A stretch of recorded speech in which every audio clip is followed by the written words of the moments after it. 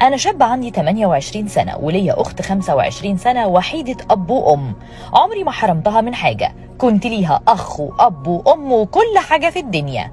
سافرت ليبيا من وأنا عندي 18 سنة، قعدت أول سفرية 7 سنين. الحمد لله اتعلمت صنعة المحارة وقدرت أمسك مبلغ كويس خلال الفترة اللي قعدتها. بعد فرحها كنت اروح اسلم عليها، كانت بترد الكلمه بالعافيه، وخلفت ولد في الفتره دي.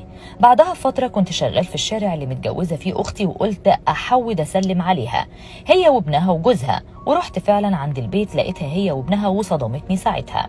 قالت لي بالنص كده ما تجيش تاني، مش ناقصه كسفه قدام اهل جوزي. عملت فيا محضر اني اتعديت عليها بالضرب عشان الورث.